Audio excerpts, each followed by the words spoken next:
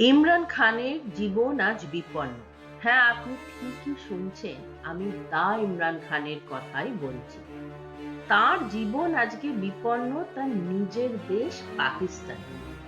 কেন আজকে তার এরকম অবস্থা? আর পাকিস্তানের রাজনীতিতে এর প্রভাবই বা কি হতে চলেছে, সেই গল্পই আজকে আমরা করব।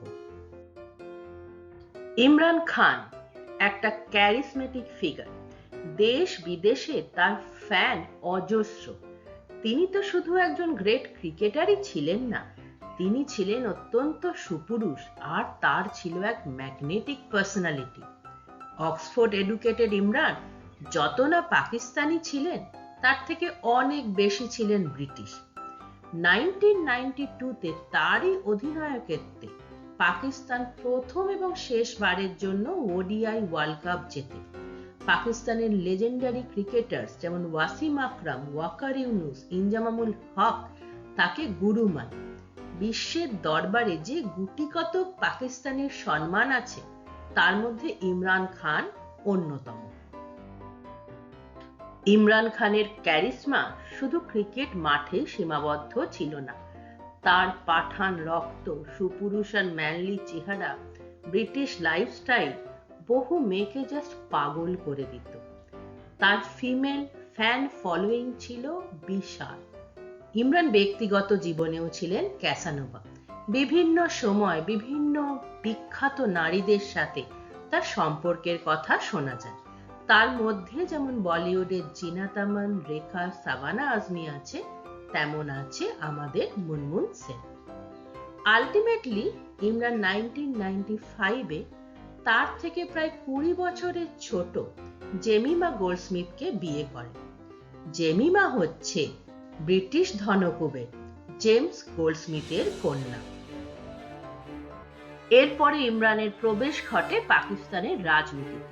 তিনি পাকিস্তানে ফিরে আসেন এবং 1996-এ তেহরিক-ই-ইনসাফ বলে একটা রাজনৈতিক পার্টি স্থাপনা করেন।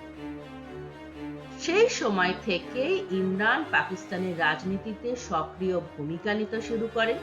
তিনি তার ব্রিটিশ লাইফস্টাইলও বদলাতে শুরু করেন। তিনি তার পোশাক আশাক বদলান, তিনি তার চলন বলন এবং ভিউও বদলান। শুধু তাই নয়, তিনি তৎকালীন ব্রিটিশ ওয়াইফ জেমিমাকে ইসলাম মতে ধর্মান্তরিত করেন। আস্তে আস্তে তার রাজনৈতিক প্রতিপত্তি বাড়তে শুরু করে, আর আলটিমেটলি 2018 সালে তিনি পাকিস্তানের প্রধানমন্ত্রী নির্বাচিত হন। ইমরান তার ম্যাগনেটিক পার্সোনালিটি আর পাকিস্তানের ক্রিকেটে তার অবদানের জন্য কিছুদিনের মধ্যেই পাকিস্তানের এক জনপ্রিয় রাজনৈতিক ব্যক্তিত্ব হয়ে ওঠেন। ইমরানের সুখের সময় কিন্তু বেশি দিন স্থায়ী হয়নি। আমরা সবাই জানি যে পাকিস্তান এক সিউডো গণতন্ত্র। নির্বাচিত প্রধানমন্ত্রীর হাতে ক্ষমতা সীমিত।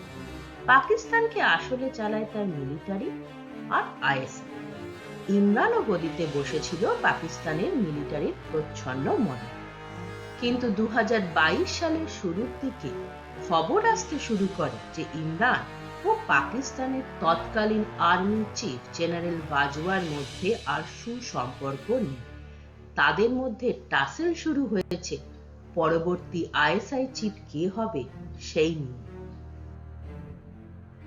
এরকম সময় ইমরান ক্লেম করে যে আমেরিকা তাকে গদি থেকে সরাতে চায়। আগুনে ঘি পড়ে যখন তিনি আমেরিকাকে উপেক্ষা করে রাশিয়া সফর করেন আর পুতিনের সাথে দেখা করেন। উল্লেখযোগ্য হলো যে যখন তাদের মধ্যে মিটিংটা হচ্ছে, ঠিক তখনই রাশিয়া ইউক্রেনকে ইনভেড করে। ইমরান পাকিস্তানের মিলিটারি আর আমেরিকাকে নারাজ করে দিয়েছিল, তাই তার অপসারণ যে শুধু সময়ের অপেক্ষা তা নিয়ে কারোর মনেই কোনো সন্দেহ ছিল না। তার বিরুদ্ধে এপ্রিল 2022-তে অনাস্থা প্রস্তাব আনা হয় এবং তিনি হেরে যান। তার প্রধানমন্ত্রীর পদ চলে যায়। ইমরানের পরে প্রধানমন্ত্রী নির্বাচিত হন শেহবাজ শরীফ, যিনি ইমরানের প্রধান রাজনৈতিক প্রতিদ্বন্দ্বী ছিলেন এবং প্রাক্তন পিএম নওয়াজ শরীফের ভাই ছিলেন। শেহবাজ শরীফ একজন বিগ পার্সোনালিটির ব্যক্তিত্ব, আর তাই মিলিটারি আর আমেরিকাকে তাকে কাঠপুতুলের মতো নাচাতে কোনো অসুবিধাই হয়নি। ইমরানের খারাপ সময় সেই শুরু। তার নামে প্রায় 150টির উপর কেস পাকিস্তানের বিভিন্ন আদালতে করা হয়। তার বিরুদ্ধে বিভিন্ন অভিযোগ করা হয়। তার মধ্যে দুর্নীতি, আদালত অবমাননা এবং ন্যাশনাল সিক্রেট লিকেজের মতো গুরুত্বপূর্ণ অভিযোগও ছিল। 2022-23 সাল ধরে এই কেসগুলো চলে এবং আলটিমেটলি ইমরানকে 17 বছরের কারাদণ্ড দেওয়া হয়।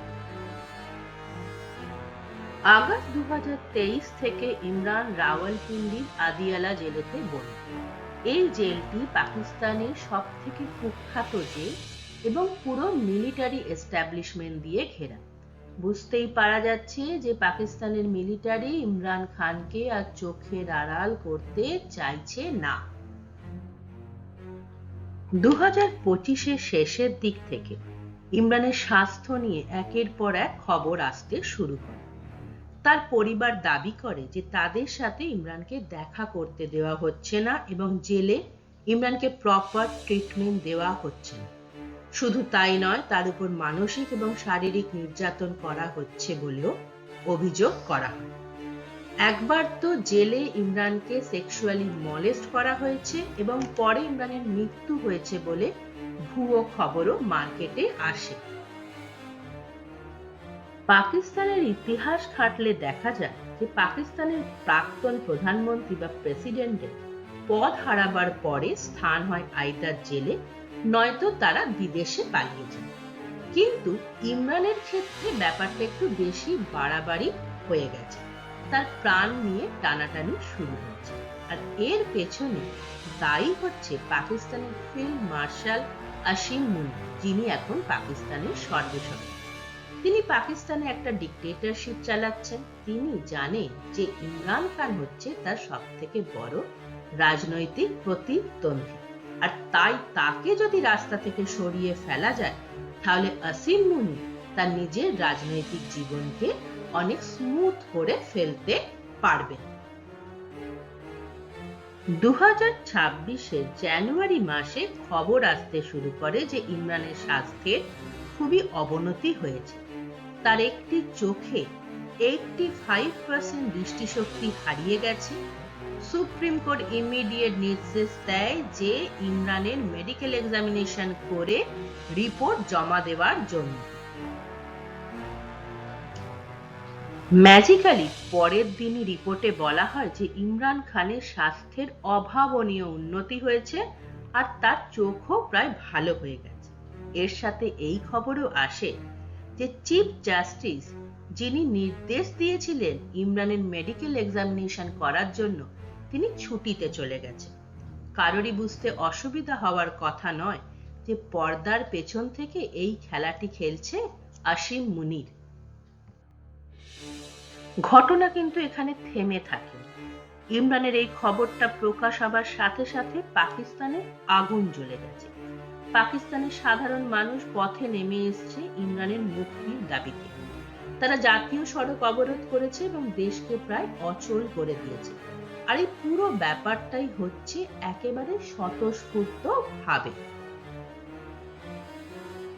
ইমরান খান কিন্তু শুধু দেশের থেকেই সাপোর্ট পাচ্ছেন না, তিনি বিদেশ থেকেও সাপোর্ট পাচ্ছেন। একদা তিনি যাদের বিরুদ্ধে খেলেছিলেন, এরকম 14 জন ফরমার ক্রিকেট ক্যাপ্টেন পাকিস্তান গভর্নমেন্টকে চিঠি লিখে ইমরানের স্বাস্থ্য নিয়ে উদ্বেগ প্রকাশ করেছেন, আর তার সাথে আর্জি জানিয়েছেন যে ইমরানকে যেন প্রপার মেডিকেল ট্রিটমেন্ট দেওয়া হয় উইথ ডিগনিটি।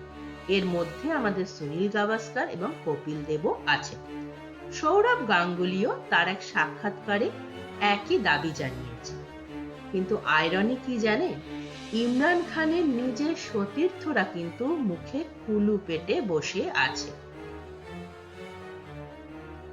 ইমরান খানের স্বাস্থ্য পরিস্থিতি কিন্তু শুধু একটি ব্যক্তিগত বিষয় না, এটি পাকিস্তানের রাজনৈতিক ভবিষ্যতের উপরও একটা বড় প্রভাব ফেলতে যাচ্ছে।